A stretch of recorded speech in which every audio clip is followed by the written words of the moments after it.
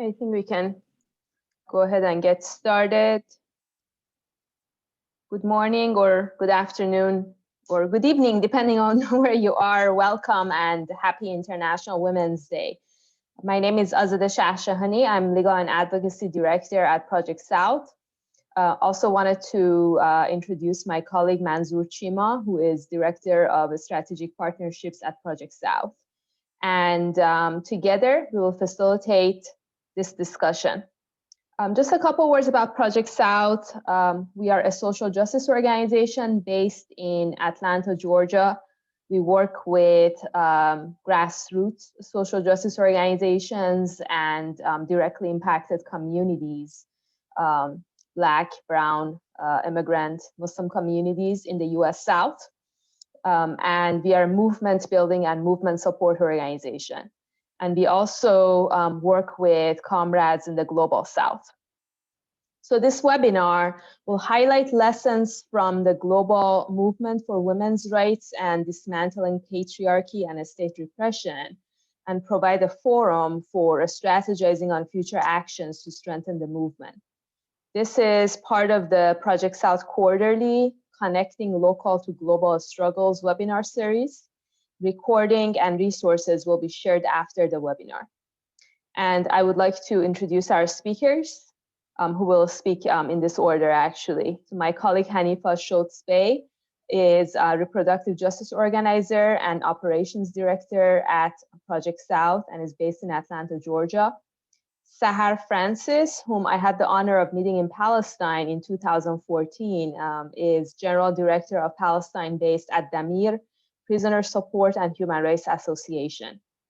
Carla Garcia is an organizer with the Garifuna rights movement based in Honduras. And Mabrouka Mbarek is a former member of the Tunisian National Constituent Assembly and is a Ph.D. student in sociology. Each speaker will speak for about 12 to 15 minutes, and afterwards we'll open it up to discussion. And with that, I would like to turn it over to Hanifah. Thank you very much. Greetings and good morning, good afternoon. My name is Hanifah Shoatz-Bey. I use she, her pronouns. Coming to you today from Muskogee land. We are here in Georgia. As Azadeh said, I'm a reproductive justice organizer, and I am also the operations director here at Project South. And today I'm going to talk to you all about Black midwifery as a form of resistance. And if you don't mind putting that on, there you go, presenter mode, that's the top one. Thank you very much. So I'll be talking to you all today about Black midwifery as a form of resistance. And we'll challenge you all of us to consider the need to protect midwifery, especially Black midwifery, which is being threatened by regulation and the continued narrative that seeks to devalue the practice, especially as it relates to Black and Indigenous people here in the US and in our native countries. Next slide. In our guts, I think we understand the role that capitalism, racism, and sexist oppression played during enslavement of Black people in the United States, and continues to play in the regulation of Black women's fertility, and with whom and how we give birth. I'm going to take you all a little bit back in history a little bit. In 1808, when the transatlantic slave trade was outlawed, breeding was already a part of practice in the South. And they found it to be more profitable than shipping human cargo. If the slides, if you can go back, I'll ask you when to shift to the next slide. Thank you. So they found that breeding was more profitable than bringing cargo from Africa across to the Americas. In states like Virginia, breeding was so rampant, the numbers of enslaved women outnumbered enslaved men 300,000 to 1. Just to give you like a visual of like how many people were being brought, how many people were being bred, just to give a little bit to scale. After emancipation, that came in, I don't remember the year, but 1865 is the year that everybody was like, yo, wait a minute. After emancipation, slavery was transformed, so to speak. It never ended, it just changed, it just morphed into something else. At that time, it was sharecropping in the South, and now we see it as mass incarceration. Capitalism depends on us having a class of people that can be exploited for their labor. And many of us would like to believe that the transatlantic slave trade ended because it was demanded by humanity. And the truth is that it was demanded by capitalism. There were so many Africans being shipped that it devalued the cargo. Blocking this flow would make the property that was here in the United States more valuable. Racism and racist ideology and sexist oppression was being embedded in every fiber of the United States. Even today, within many of our liberatory movements, oppression can still be found, especially in the forms of sexual oppression and adultism. Next slide. There are no other instances in American law where the rights of one person supersedes the body autonomy of someone else. Body autonomy is a source of power, a form of resistance that can be practiced by all women and girls. And just to note, like when we talk about body autonomy, we are usually talking specifically about women and girls and children as well. I think that the reason of that is just our capacity to reproduce. This is why we have the issues that we have with abortion rights. And this is also an example of how anti-Black racism shows up in our policies and laws that govern us all. So having body autonomy is a thing and is a resistance. You see that field of cotton, and during the high time, cotton was king, but also the midwives that were present also had an understanding of the use of herbs and plant medicine. And cotton was also and is also an abortifacient. So it was also used to control fertility. So the women knew that this was an herb that they could use to make choices of whether or not they were going to reproduce or not. During the enslavement of Africans, Black women were forced to reproduce solely for capital gain for the enslaver, and her value was based on her capacity to be bred. Whenever we find oppression, resistance exists. And that was the resistance of using herbs and taking care of each other during that time.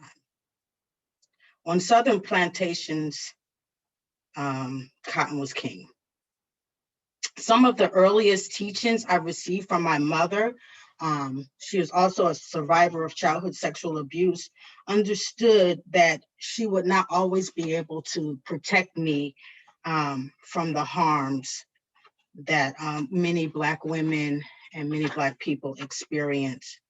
The land of the free and the home of the brave was not extended to Black people. And to think otherwise would be detrimental to the psyche. And so I was very thankful that she imparted those those teachings to me early on. Just like Black mothers before her, she lifted me up and provided me with the strength and the power that I share with you today. In the 70s and the 80s, I'm a flip back and forth in between time, because the time is really just to give Mark reference. In the 70s and the 80s, she participated in community circles of women who gathered and shared their knowledge about their bodies with each other. It was no surprise to me. My mother, she was a massage therapist. She spent the latter part of her life focused on bringing safety and healing touch to Black women specifically and survivors of sexual abuse. She practiced what we call today as trauma-informed care. This became the foundation for which I stood on. Just like the midwives before me, I started my journey to understanding the importance of Black midwives and their contribution to resistance at a really early age. Next slide, please. The practices and the traditions of Black midwifery date back pre-colonization. In Africa, midwives did so much more than just catch babies. They were spiritual healers. They acted as family counselors, breastfeeding consultants, postpartum doulas, nutritionists. You know, all of these words are really probably weren't used in the same way then, but these were the things that they did. Family planning counselors. They were advocates and provided resources and care for their people. This rich tradition was passed down from healer to healer and practiced even during slavery. In the US South, they would not only attend births of Black women, they were often present and attended white women's births as well. Black midwives were afforded freedoms different than other enslaved women at that time and were often loaned out to other plantations when birth was called. So flipping back into time, in 1910, about half of the births in the United States were assisted by midwives. And those were primarily Black midwives. And the percentage was higher in the rural South. These were the early days of obstetrics and gynecology. This power would be stripped away from them as well. They began to see that if it was allowed to flourish, the resistance would expand.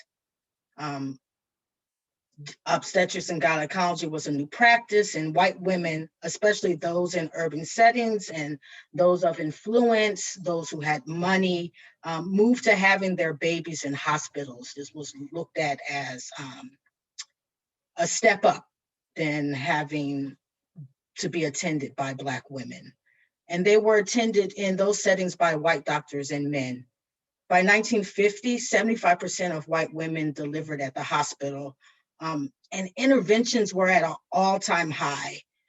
As we talk about midwifery and the regulation and different things that were put in place that kind of destroyed it, at the same time, you had Black white males who were studying gynecology, obstetrics and gynecology. 90% of the practitioners were not skilled or trained. And fortunately, at this time, Black women were still not allowed to birth in these hospitals and continued to rely on each other and rely on midwives like Miss Oni Lee Logan.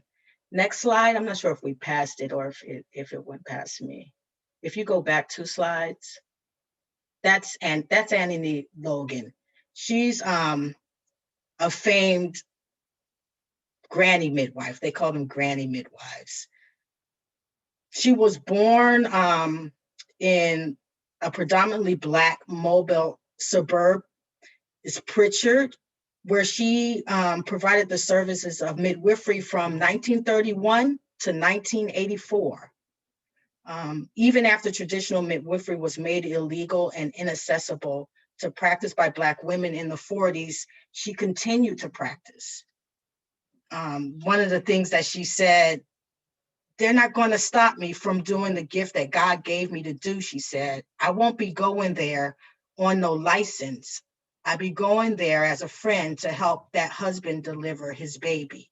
So while they were making regulations on midwifery that pretty much made it hard for Black women to practice the skill, still Black women weren't accepted in the hospital settings. And in the South, as the hospital setting began to be the place where they wanted people to be, regardless of if they really wanted Black people to be there in those spaces, they started to create hospitals that had separate entrances and whole different sections of the hospital and things of that nature to kind of keep those dividing lines. Other ways systemic racism is showing up, and also like a way to see how it is still embedded in the services we receive in those settings.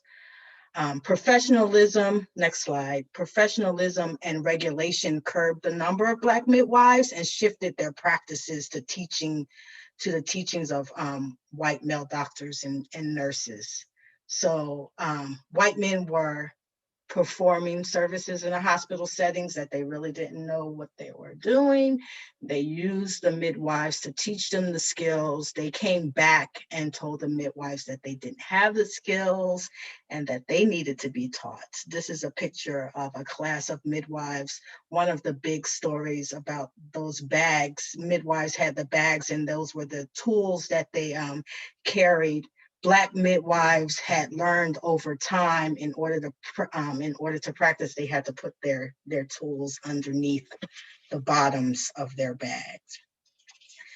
Next slide. Next slide, please. So these are just some images of Black midwives. Remembering racism is a visceral experience. It dislodges brains, cracks bones, breaks teeth. You must always remember that the sociology, the history, the economics, the graphs, the charts, the regressions all land with great violence upon the body. Next slide. This is an image of a Black woman in a hospital setting, how we would see it today. And just like I said, the remnants of slavery is deeply embedded in the American fabric. We must examine everything. Regulating boards seek to monopolize and gain control over who is able to practice midwifery. Organizations like the International Confederacy of Midwives, the North American Registry of Midwives, and the Midwifery Education Accrediting Commission are all bodies who are seeking to regulate midwifery, not only here in the United States, but across the globe, internationally. We must resist the adoption of medical practices rooted in systemic racism, delivered to us from the hands of colonizing forces. We must question everything. The McDonald effect is real, and that is where we ship to you the McDonald's, all the pretty tasty things, knowing that it's deadly to be consumed. It will cause more harm than good.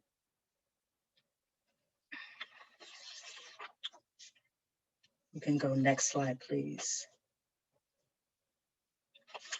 I say here in the United States and abroad, Black traditional midwifery is one of the solutions to the Black maternal mortality problem that we're facing here. Georgia is probably one of the worst places for a Black woman to give birth, and that is rooted in the history of racism in the South. Next slide, please. There is a current fight of midwives who have been practicing in the state, who are fighting for their legitimacy in Georgia. We have a group of midwives, next slide please, who are working to create their own policies, Community Midwives National Alliance is a group of midwives who came together to develop alternative routes to midwifery. So as organizations like ICM and NARM are closing down routes to midwifery, midwives are writing policy to open up routes to midwifery. Next slide. I know I'm running out of time. This is just us last year at the Community Midwives Day. That was a month before COVID. As you see us all together, that was before COVID. Next slide, please. Currently, we have in the Senate here in Atlanta in Georgia, the Save Moms Act, Senate Bill 111, which is an alternative routes to midwifery bill that is on the books. Next slide, please. So recognizing Black midwifery as a source of resistance, ways that we could work together is creating our own policy, having more conversations with community and community education about midwives and their roles and their presence, and resisting the adoption of medical practices from colonizing forces like the US and Great Britain. Next slide.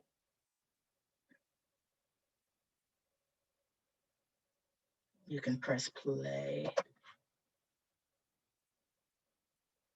Just leave you with a little of inspiration. No sound. You might have to share your sound. For personal motives. If you can roll it back.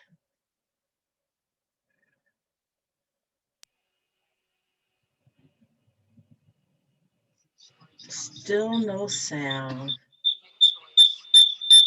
the tale with truth as his only objective, or to inject falsities and withhold knowledge for personal motives. For lifetimes, we've been force-fed false stories of our identities by storytellers who seek to see us divided, discouraged, and defeated utterly.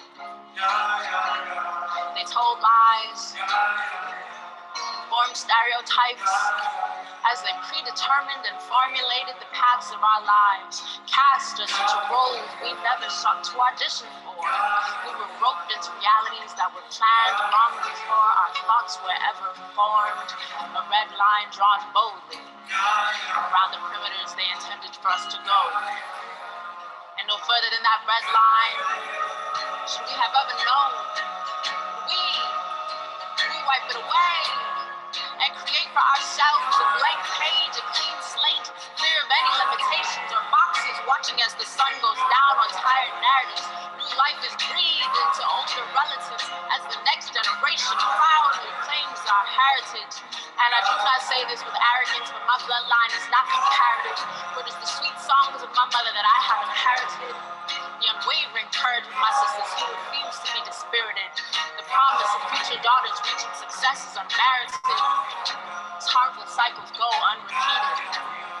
Your expectations unthinkably exceed. For we truly are undefeated. Thank you all. The next slides have some resources. If anyone's interested, I'm gonna drop my email in the box and leave you some resources. Thank you so much, Hanifah. I would like to turn it over to Sahar Francis, who's joining us from Palestine. Hello, everyone, and thanks a lot for having me in this amazing webinar. It's really a privilege to be with you all today in this special day. And actually, there's lots of things taking place in Palestine that enforce women to keep struggling on a daily basis.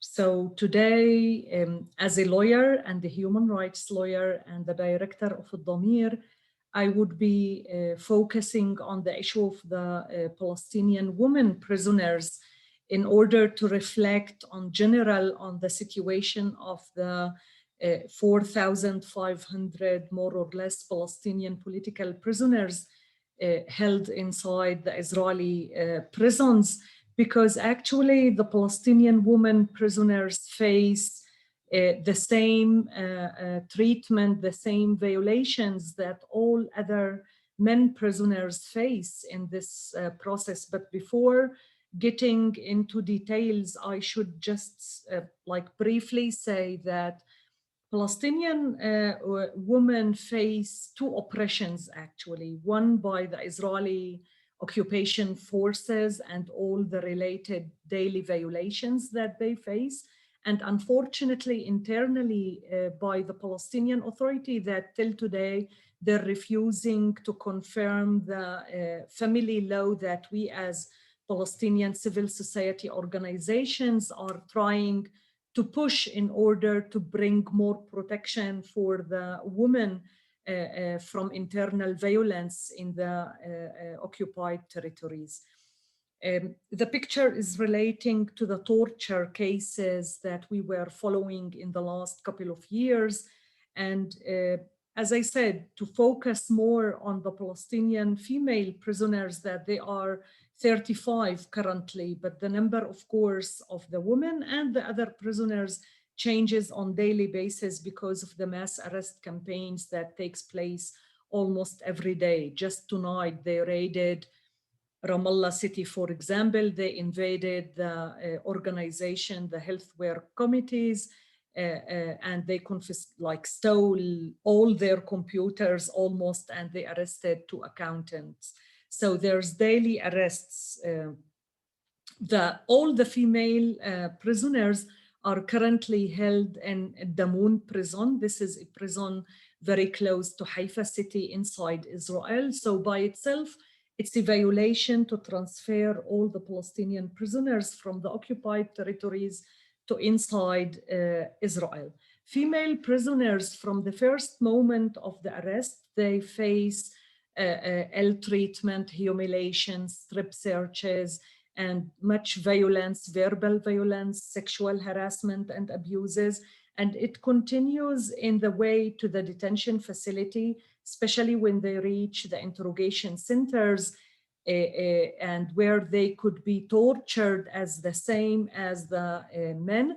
And this picture illustrates one of the torture methods actually that we call the banana position, where the detainee, doesn't matter if he's a man or a woman, would be tied to the chair in this very painful position. Like first he would be in a straight position with his back straight, but the interrogator would start to push him, so he would become, like we see the man is pushing the legs of the detainee toward the ground and then pushing on the chest, so he makes this banana position.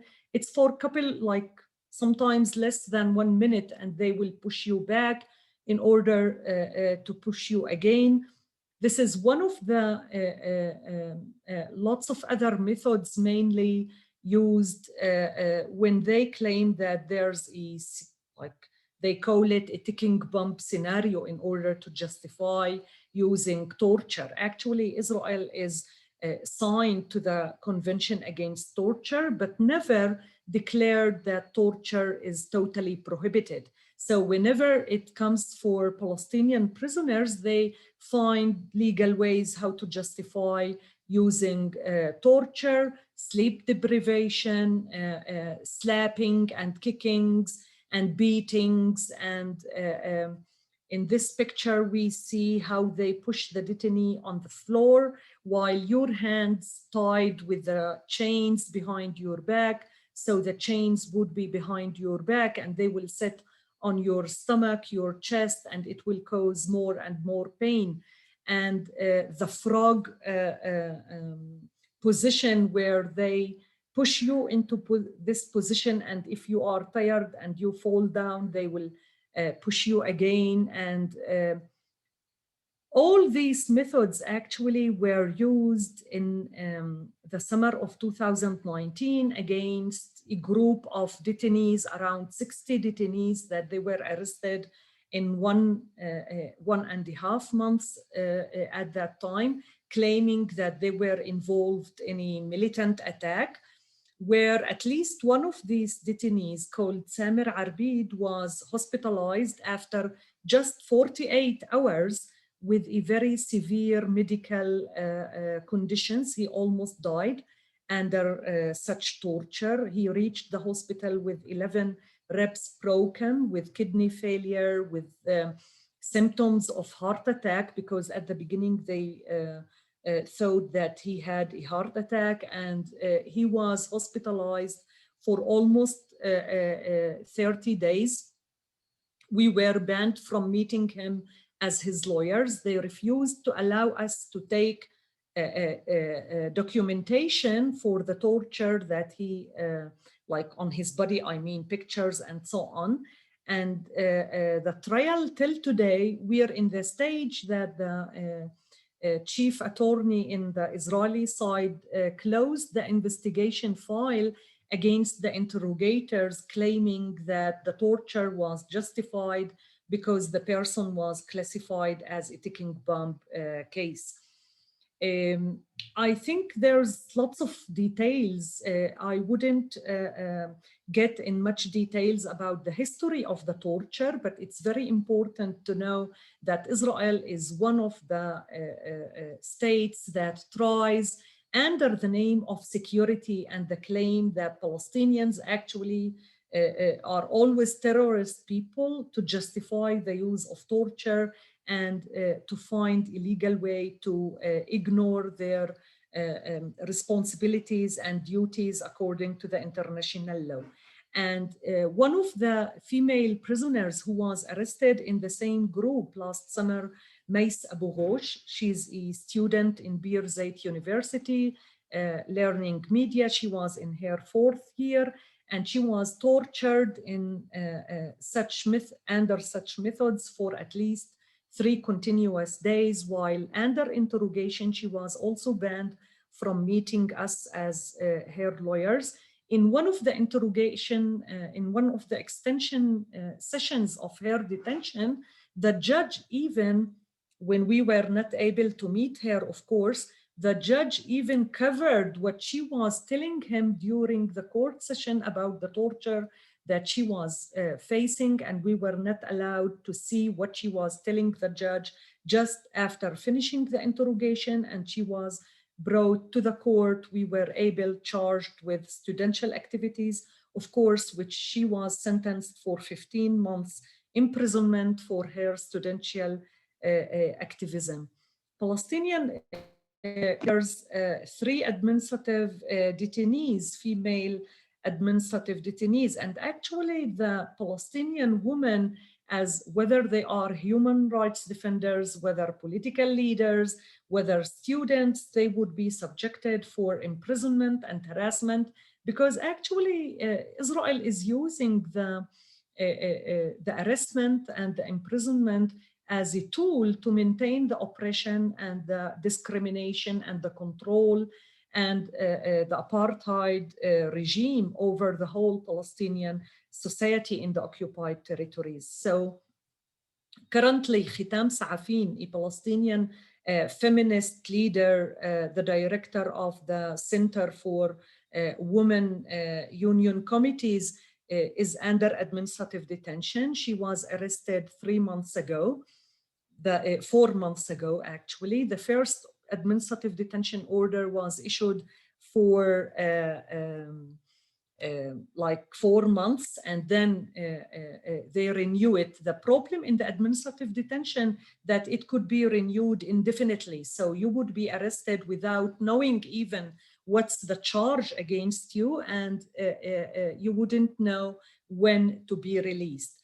One of the very important cases we were representing also in this year was the case of Ms. Khalida Jarrar, the Palestinian parliamentarian, that she's not the first time to be arrested actually. She was under administrative detention before for 20 months, to be rearrested in October 2019, and just last week she was sentenced for 2 years imprisonment because of her parliamentarian work, because she's representing her own people in front of the Palestinian Authority. And they were claiming at the beginning of the arrest against Khalida, they were claiming that she was involved with the group that initiated the militant attack in one of the settlements.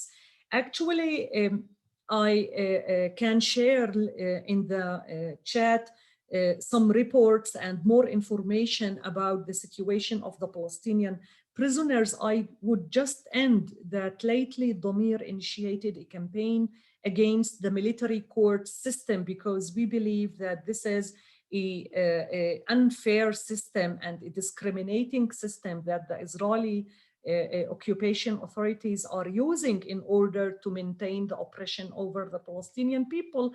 And it's the time to abolish all these military courts, as it's the time to end actually the Israeli occupation. Thank you. Thank you very much, Sahar. And hopefully we'll have a chance to talk more about this too. But I think it's really incumbent upon us to think about the role that the U.S. government is playing in continuing to make all of these human rights violations against Palestinians possible. And this is really a bipartisan stance, as the we saw recently when the International Criminal Court announced that they're going to initiate an investigation into human rights violations in the occupied Palestinian territories. The Biden administration was very quick to come out and denounce the International Criminal Court and fully announce their full support for Israel. So it is truly shameful, and remember that it's our tax money that is basically making this possible. So thanks again to our presenters thus far. I'd like to now go ahead and turn it over to Carla Garcia. Good morning, good night, good evening, good day for everyone. Happy International Women's Day. It's very tricky to say happy when we listen all these stories. My name is Carla Garcia. I'm a member of the Black Garifuna organization of Honduras, named as OFRANE. I represent the international relationships of OFRANE. I live in New York. And let me tell you, I prepared something for this presentation, but because what is happening every single day, every new situation that we face in our community in Honduras, in our organization, we decide to honor my presentation today, or to speak about two ladies. Two Garifuna women that they were released from jail hours ago, yesterday. Names are Jennifer and Marianella. Both are sisters. Last name of those ladies is Solórzano. And if I talk about them, I can also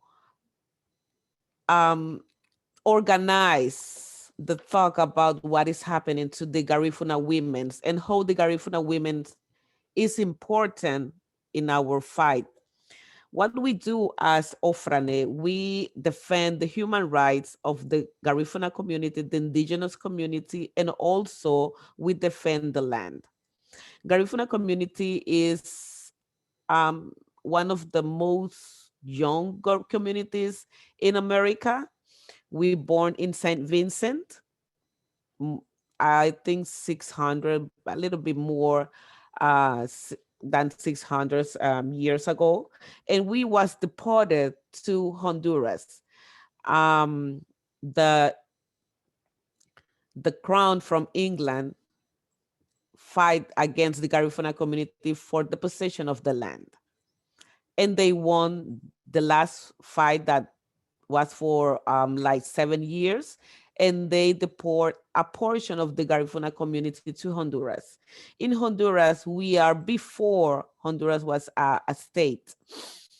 And we fight for the liberty from the crown in Honduras. Our Garifuna communities are located in the Atlantic coast. We are in the part of our communities are in the border with Guatemala and in the border with Nicaragua. Our community have a very singular way to live. Men's go outside and get the food and make the hard work, and women's grow the community. Women's are abided by with the land, and women is the person in charge to transfer the acknowledgement from generations to generations. Right now, after almost 300 years living in Honduras, the government is taking away our land. If we don't have a land, we don't have a culture. If we don't have a culture, we die. You're going to hear that, yes, there's a Garifuna members, but if you don't listen the word Garifuna community, is because we are not existing. And women's, at this point, are taking the responsibility to take care of the land, not only going to the land and farming, is also defending against all these people who is coming from outside. And when I said outside, I said United States, Canada, China, all these people that they are giving us this illusion about good inversions, and we are going to grow as to be like who. It's very difficult for me to explain that, because for me and for the Garifuna community, we are not poor people. So we are not looking for the capitalism to be somebody in life. But this is what they offer to us. And these two ladies, they live in Trujillo. The lady in red is Marianella Mejia, Solorzano Mejia, and her sister, Jennifer. They live in Trujillo. Trujillo is one of the communities in Honduras that have a legal document over the land. They are the owners of this land.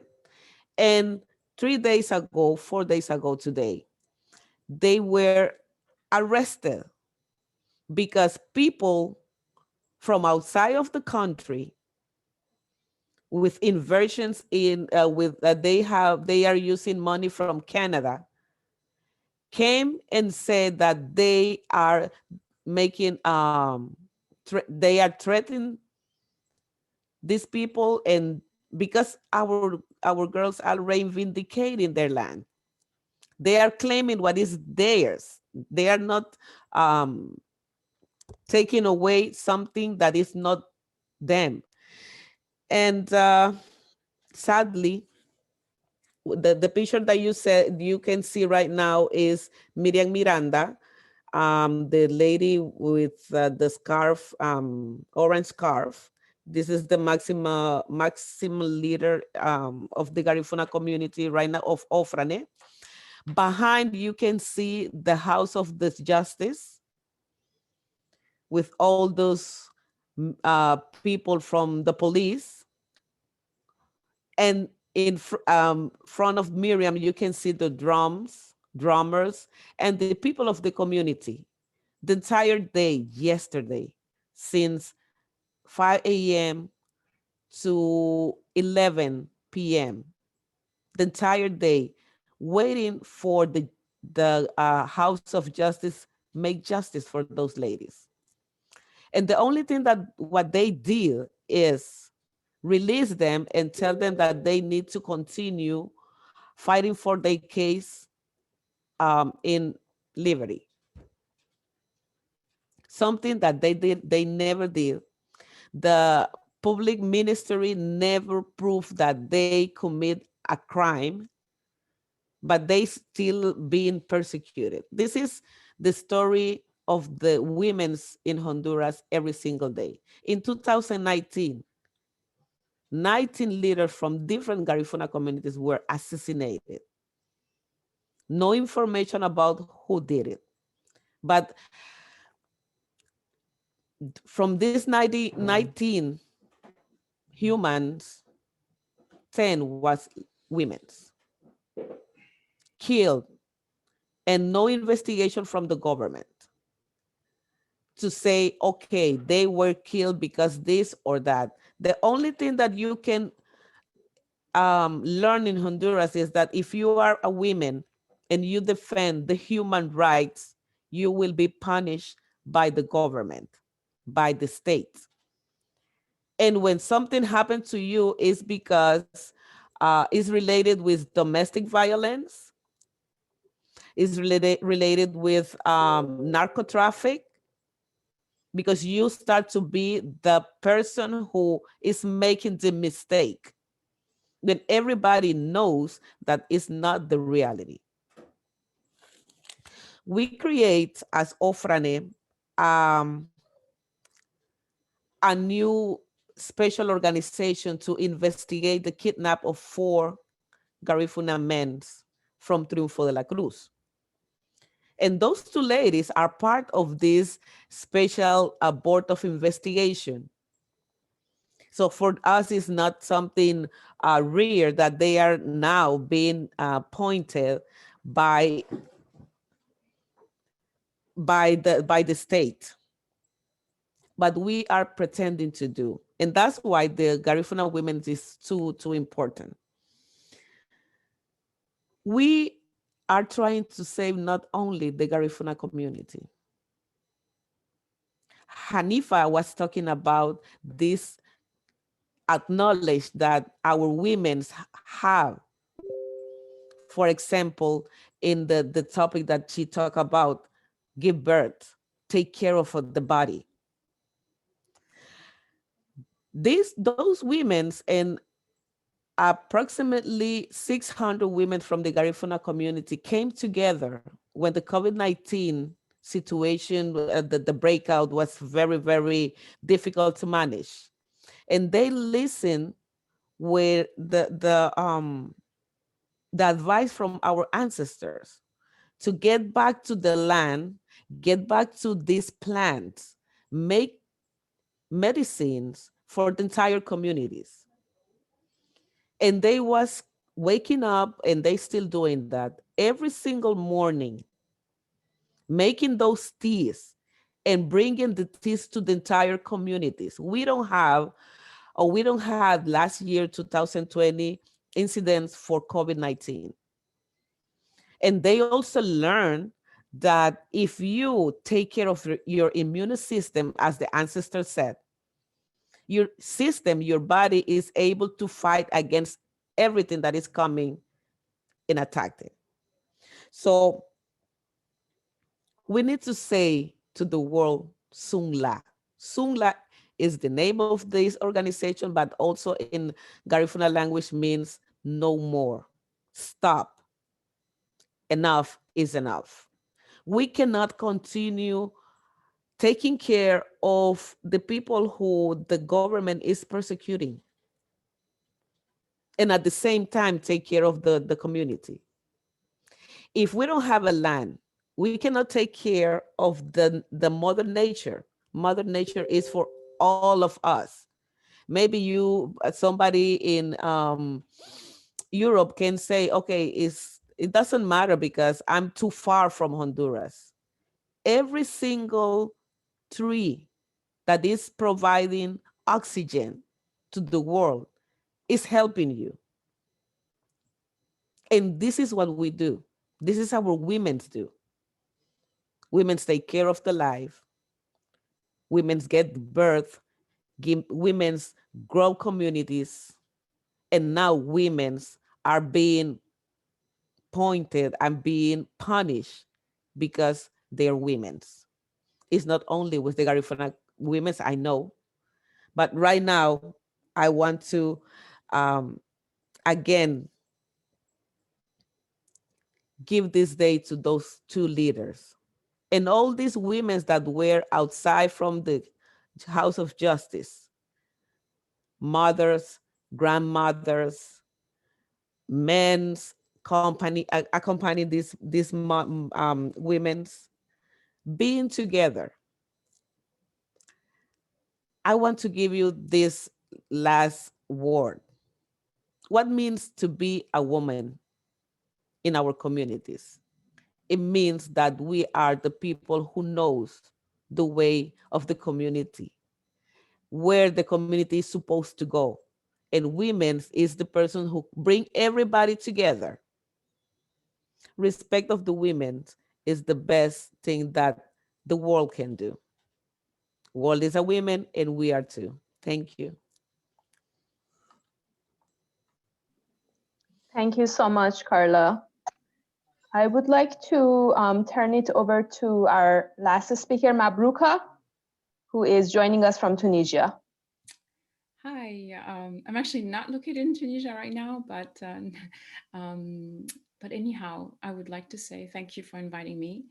I see how important it is to connect from the very people who are dispossessed and marginalized in the global north with the global south.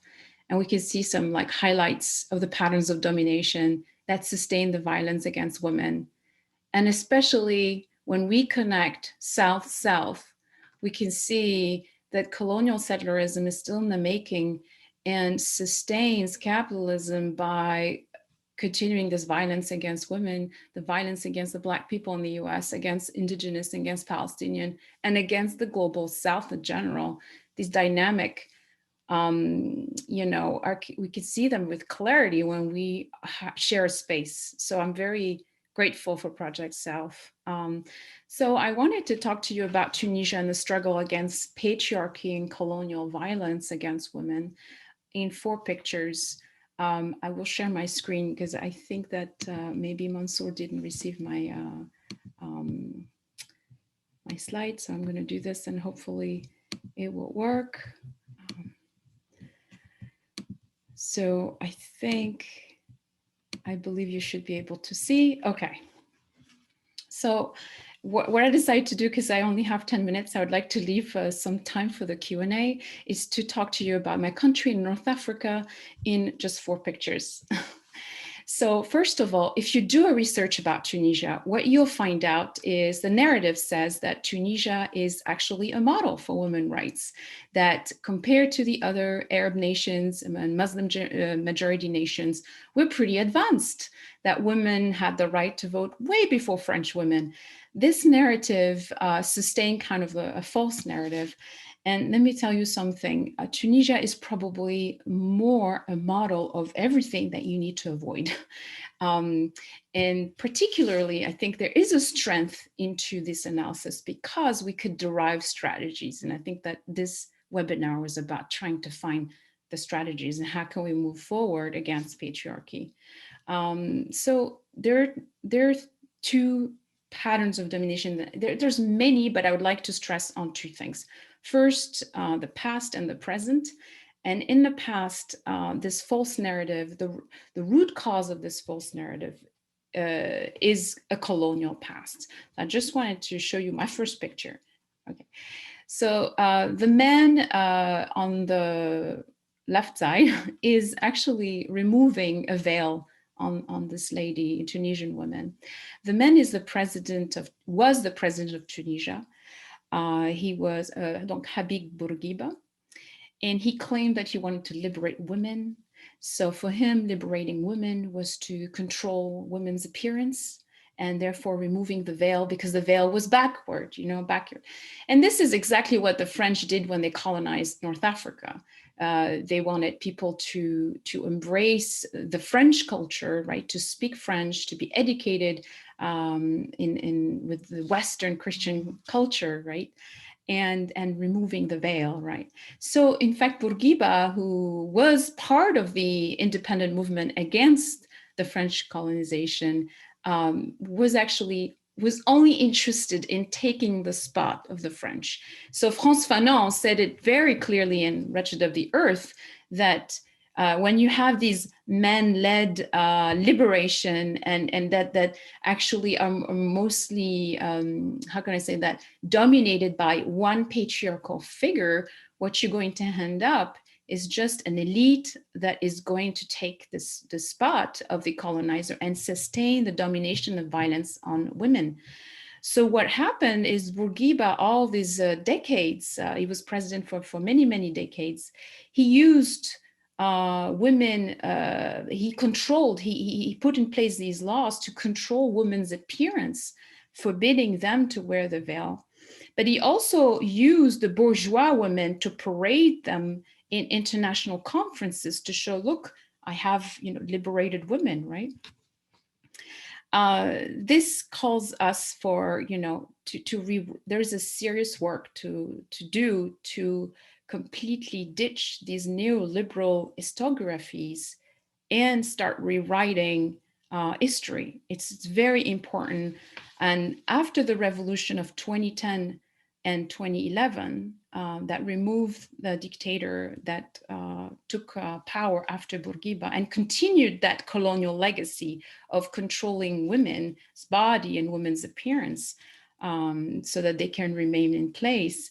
After the revolution that removed that dictator, you know, that the extent of the lie was too flagrant, too clear. So there is, you know, there is definitely a lot of work that was done to try to rewrite that history. And one particular process that happened with the revolution that is extraordinary, and that probably is one of the strategy that we could derive from Tunisia, is the Truth and Dignity Committee. It's a committee that was trying to, it's very different from the South African process of reconciliation, very, very different, because in Tunisia, actually, the committee, the Dignity and Truth Committee, looked at the violence caused by the dictatorial regime, but also the colonial regime, and held France accountable for its crimes.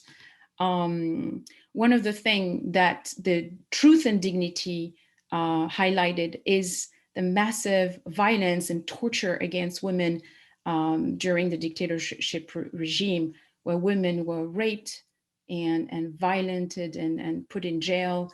And the extent of the violence is horrifying, but at the same time, there's a reckoning that this narrative of state patriarchy trying to liberate women is absolutely an abomination, and it's a root cause of women's lack of emancipation.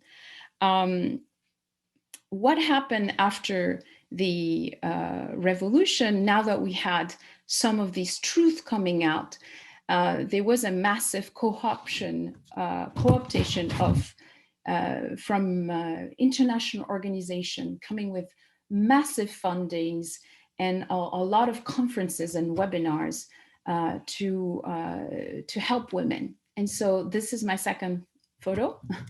It's an example of a tweet that was tweeted by the former Canadian ambassador, Carol McQueen. And as you can see in the tweet, this was in 2018. And she says, empowering rural women will help generate economic growth and sustainable development in Tunisia. And she talks about a Canadian funded association to promote rural women rights and autonomy. So after the revolution, we had massive fundings coming for empowering women in microcredit, right? For, again, the goal was to extract value. So the colonial era extract value, right? And transfer that value back to France. And during the dictatorship, it was very similar. It was just corporation extracting value. And here you have the same thing. You have these programs to empower women, but in fact, it's just to extract the value of their labor. And this is like highly problematic, because what happens is after the revolution, we had just this domination of individualism. So since the colonial era, the liberation of women is only rest on the bedrock that is individualism and not collective actions. And so what do we have? We have a sort of like liberal elite women who believe that, being, for example, participating in politics will solve the problem. So you had massive training about women empowerment and women in politics and all of these things. This is problematic because it does little to address women's working class women. This is the very big issue. It says you have these programs, this is training to have these women access politics, and therefore the goal becomes just to break the glass ceiling, right? And this is a very much a Western culture, capitalist culture, where women are strong, are masculine. They have to hide the whole social reproduction, the care that they do. They have to imitate this patriarchal, man-dominated culture. And this is the feminism. I can do this with a big muscle arm. And so what we have is that continuity with women being in politics, women breaking the glass ceiling, but there's nothing for the working class women. In fact, what happened after the revolution, now that the truth, you couldn't hide it, it was tragedy after tragedy after tragedy. Tunisia passed many laws, and I was a member of parliament, and we passed such laws for equality, etc. These are very important laws, but most of the laws, benefited the bourgeois women, right? And so the reason is because of this massive funding and this co-optation and fighting for women's rights became a class issue. So what you had is even the struggle, there was a division, there was a social division where bourgeois elite women will lead by ideas, by being flown all around in conferences and telling the rural women what to do. And so this actually, what happened, there's a language that emerged that had racist undertone. This racist undertone, you can read it in the street of Ambassador Carol McQueen, because if you look carefully, she talks about rural women. So it's as if there's women that I fight for, and I give rights to marry whoever she wants, rights to access politics, all these beautiful bourgeois rights. But then there is other women, the other rising rural women. And there is definitely a racist overtone. And you can hear, the elite feels very uncomfortable whenever something tragic happened to rural women. They say, oh, we're advancing women's rights, but also we need to do something for the other rural women. They become otherized. The tragedy that I'm talking about is pretty much every month, and this is really horrible, what you're seeing in this picture, which is the third picture, is you have a truck. These women are sleeping. They're being transported just like cattle to harvest olives in agriculture. These are women who are the labor power of agriculture in Tunisia. And what happens is there are these trucks that, there's accidents and you have huge casualties. 20 women die in one of these accidents all the time happens. And so there's a tragedy, and everybody says always the same thing. We need to do more for the rural women, as if rural women was the other class that we haven't really taken care of. So, I'm talking about this because this is to show you that in Tunisia, the issue is that we have not shifted the struggle against patriarchy in a more collective base. We've stayed, and because of the co-optation, on the individual base. And I think this is very much driven by capitalist culture, very much driven by Western culture, and very much actually driven by international institutions like Davos and the World Bank and all of this. And in fact, Davos, just to give you an example, will choose a couple of young Tunisian women. They're pretty looking, they have a fair skin, and they flow them all around the world to talk about women's rights. And these women are totally disconnected with the reality of the working women. And when I tell stories about my aunt, who is barely 40, who can't even walk, or my own mother who broke her hip at 68, people at 65, people don't understand. But these women, because these women worked, they harvested wheat all their life. So therefore their body is weak. There's occupational injuries, you know. And so all these women, trailblazer as they call them, they have absolutely no connection, or they could care less about, you know, what they care is like that individual success and glass ceiling, breaking the glass ceiling. But there is hope. Of course, this tale is not all dark, because, and I think that is the strategy, is the collective power. So these women have decided to organize there's labor unions, there's movement, youth movement.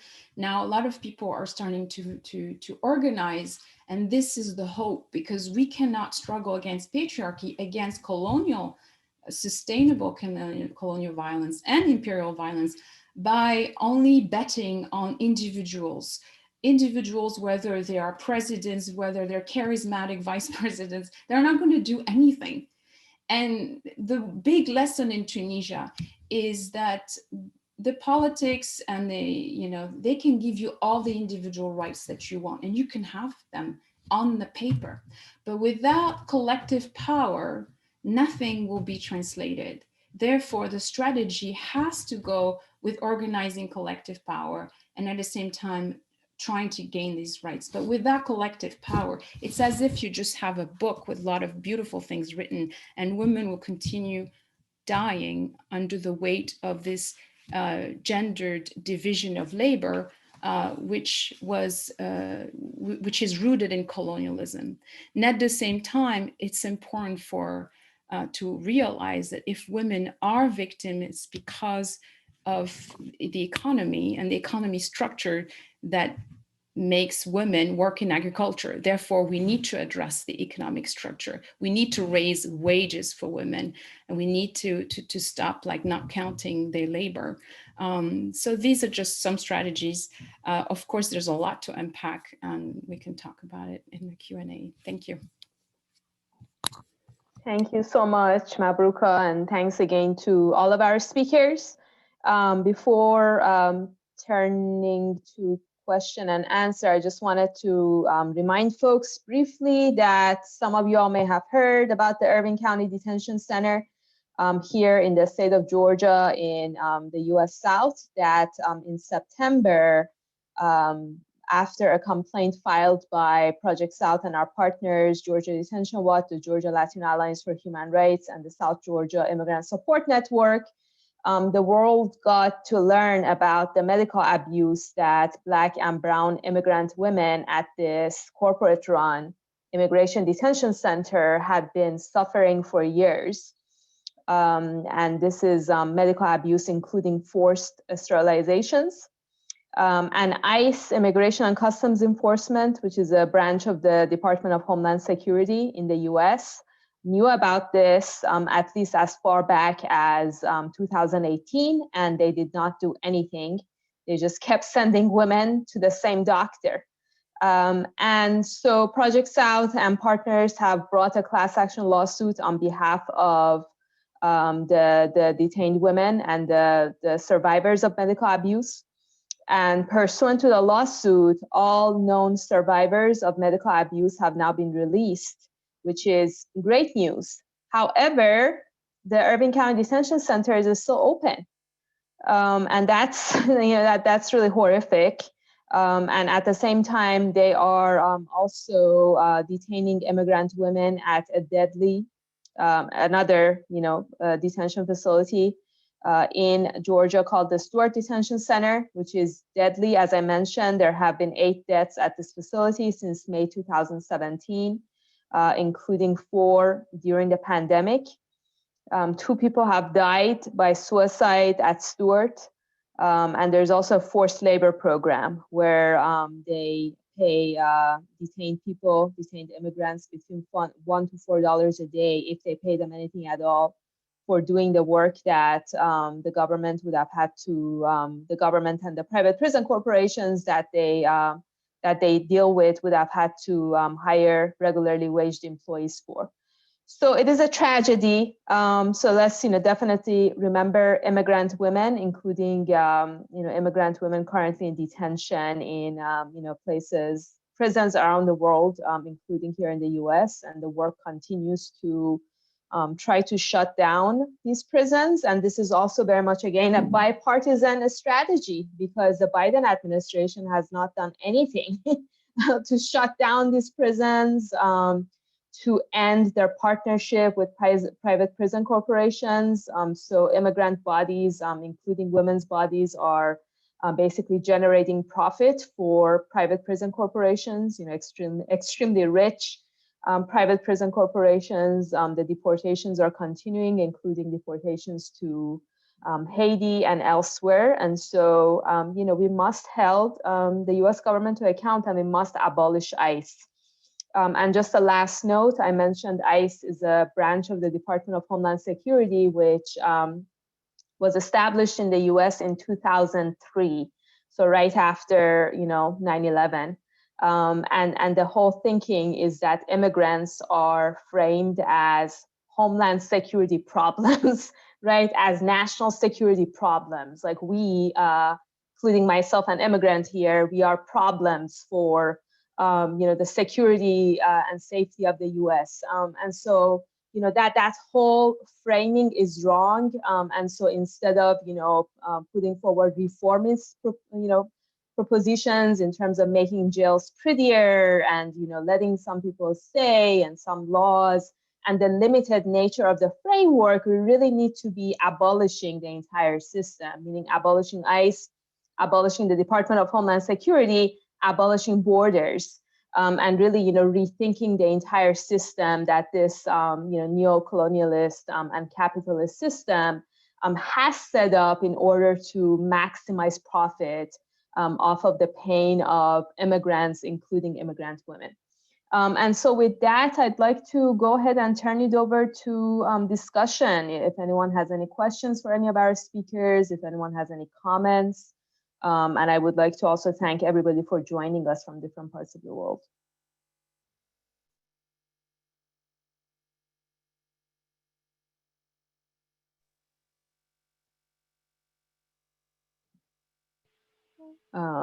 Maybe if folks have questions, you can, put them in the chat, because I can't see everybody who is raising their hands, unless Manzoor, you have a way of seeing folks. No, thank you so much.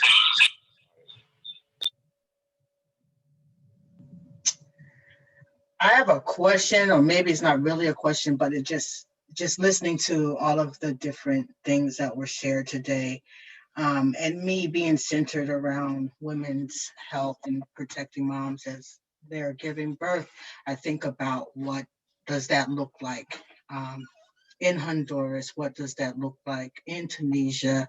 In Palestine, and just think about what the conditions for women are and different ways that we can empower each other as well. We're fighting the same enemies, all of them.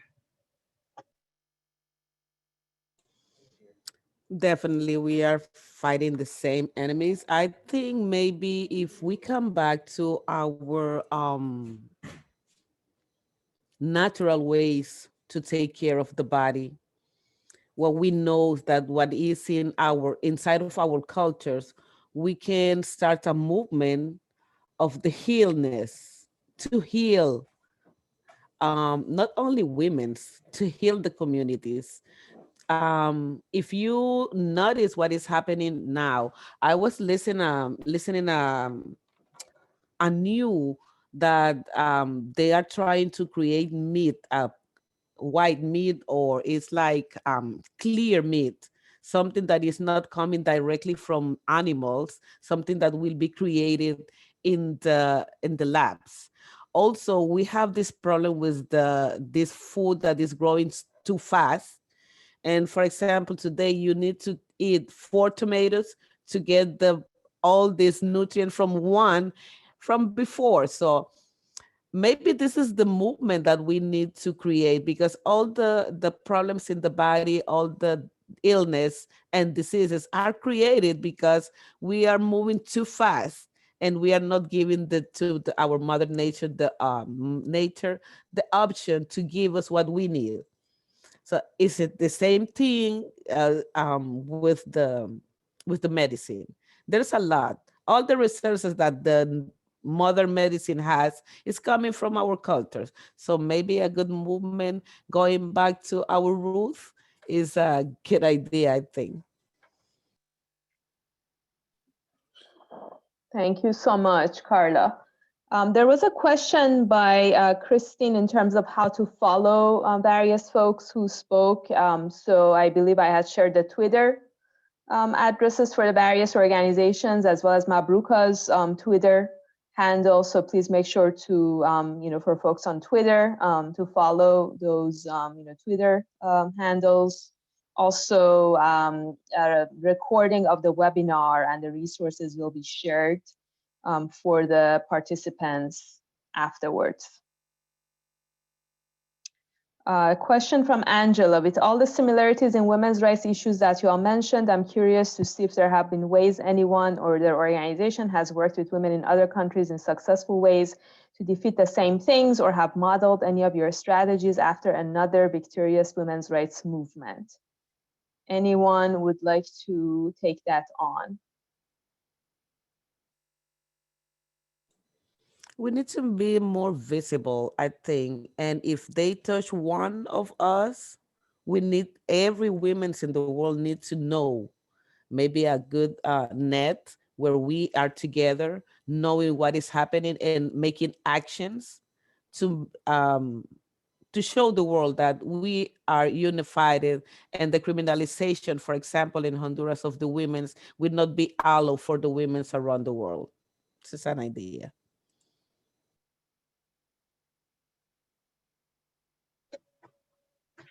I know I've done a lot of work with birthing women with a group called Health Connect One that does community-based doula training, and just thinking about the different methods that are used, group work, bringing people together to work as group, the idea of training everyone regardless of what, sometimes we have ideas about who is trainable or who is not based on perceived intelligence, but providing information across the system as a way to help strengthen the community, and also to take away those spaces where the ignorance is able to live, because we don't share stories with each other. I just think about those types of spaces, especially around house, home, health, violence, the basics, the very basics. Thank you so much, Hanifah and Carla. Sahar or Mabrouka, do y'all have any words? Go ahead, Sahar. Yeah, I totally agree with Carla and Hanifah that networking is essential, and actually distributing information and sharing this information as much as we can to support each other whenever there's a serious need, like to promote for a release or a protection for any of these women leaders and activists that they would be subjected for harassment, like it happens always with our female prisoners when we campaign or try to get such support. And actually, I know much of things happening on daily basis, but we shouldn't give up. We shouldn't let's share the information and each one can use it in the way that he thinks it would be supported. Yeah, I would agree with all the comrades here. And I think the strategies, at least what resonate with me and what I've seen working, is their collective action, community-based organization training. But most importantly, they need to be material foundations We need to change the material, give women material foundations. It's not just you have right for more expression, you have all these rights. So this means we might need to change the economic structure. We might need to change the division of labor.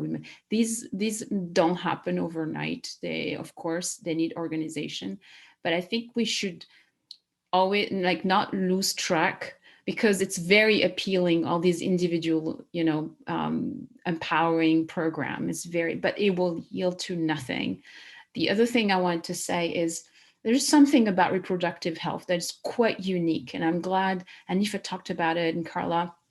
Is because whether, in any social class you would birth and have that experience, that is a common factor. In Tunisia, there's a lot of work to be done. However, there's a crisis of reproductive health and a crisis of care. In reproductive health, there is more communication, more article, more women starting to understand that there is a high rate of C-section, that midwife they're too scared to give birth to help you because of insurance policies, because it has to be a doctor. And the doctor will show up at the last minute, only show up for 5 minutes, help you give birth and leave. Why? For cost efficiency. This is a capitalist model. So they only want to do C-section. If you're not laboring on your own, they don't want to spend 10 more minutes and they'll do C-section. So this is really bad. And this is only starting to resurface in Tunisia. But most importantly, there's also a crisis of care. When I was talking about these rural women, these women who are harvesting olive for the exports, they have to come back to their work, to the house, to the household, take care of the animals, take care of the goats, take care of the sheep, take care of their children. And their mans, their partners, their husband usually are minors, they're fishermen, they're not here. So what happens is when their children come to age, at age 13, 14, they take a boat and they go and they become migrant in Europe to harvest Europeans' fruit and vegetables. So there's a connection that is important to do.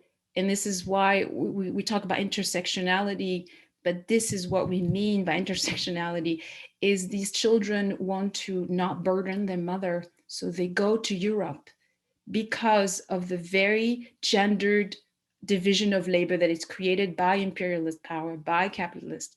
So we need to connect all these together. And I think that by having this platform, this space where we can talk, we have more clarity. We need to write more about it, train people, talk. We need popular education. Yeah, these would be my 2 cents. Thank you. Thank you so much. Absolutely.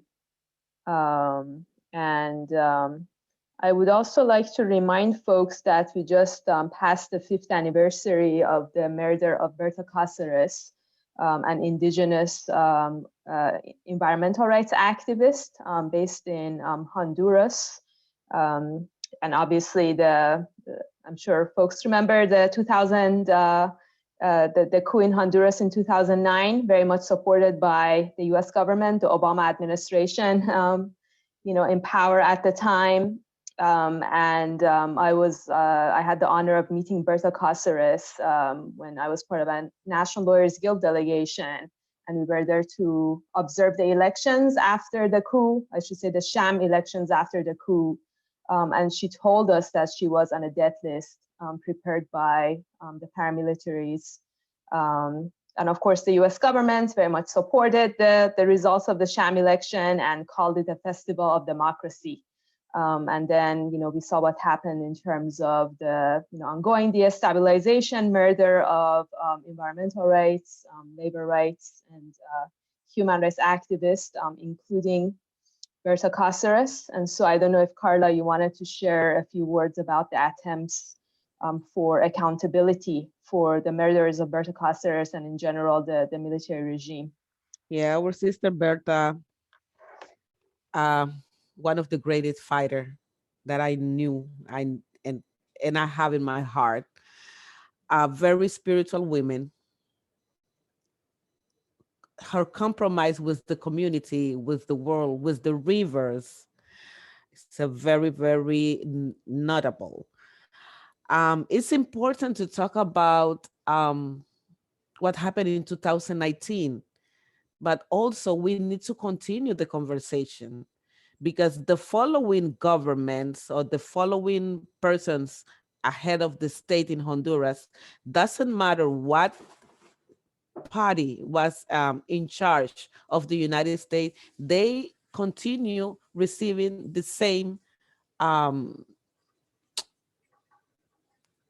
what is the word? Encourage? I don't know. They still receiving everything from United States. We still claiming that starting in 2019 to now, all the problems are coming every single day worse and worse and worse because of the government that the United States is helping, sending money to Honduras.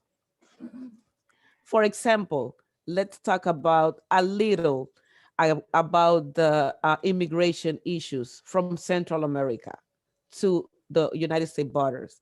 The first caravan came in 2013 from Honduras, from the Garifuna community, women's and childs, that they received news in Honduras that if they come and cross the border and they have a child, at least one, and they put this child in the school, the Obama government will protect them. And this is the way where the caravan started. So those ladies, those women inside of the United States were part of a test of the ankle brace. They signed a paper saying that, yes, I want to be released from this heladera, in the border, and I will use the ankle brace. And they was testing in our women's, Garifuna women's, the ankle brace. Now the ankle brace is a very good business for the people who was working with the Homeland Security. So now we have a narco-trafficking, proof narco-trafficking, as a president of Honduras. His brother is waiting for the sentence here in New York, in the South Court of New York. Why? The previous government was helping him. Why we continue in the same situation? And what we think as Ofrane is that something above the government of the United States is around this situation. It's not something just that we can talk with the politicians, the regular ones. There's something else, and it's affecting our women's. The next caravan in Central America, and I will finish with that, it came from Guatemala, and the following year from El Salvador. And when you get information about those three countries, you will hear about the North Triangle. It's a US project, and we are in this point. And what means North Triangle? Honduras, Guatemala, and El Salvador giving away their lands for the progress of other countries. So we need to continue discussing what is happening around this. Thank you so much, Carla. So with that, I would like to once again thank all of our speakers, Carla, Hanifah, Sahar, and Mabrouka, joining us from different parts of the world today. Thank you all so much. Thank you to all the participants. Thank you to Manzoor, my colleague who also helped organize this webinar. And so we look forward to staying in touch. Happy International Women's Day to everybody. The struggle continues. And mark your calendars for another webinar from Project South in 3 months, hopefully in June, focused on a social justice issue. And otherwise, we look forward to staying in touch. Manzoor, I don't know if you had anything you wanted to share. Yeah, thank you so much. Sorry, I have a little technology issue, but thank you once again. And I thought it's a powerful presentations. Really fitting to be to International Women's Day. We will be sharing resources, recording with you all, and hope you will join in the future too. So thank you once again. Thank you so much. Thanks. Thank you. Bye. Thank you for inviting Nice. me. Enjoy the rest of the day. Thank you. Bye-bye. Thank you very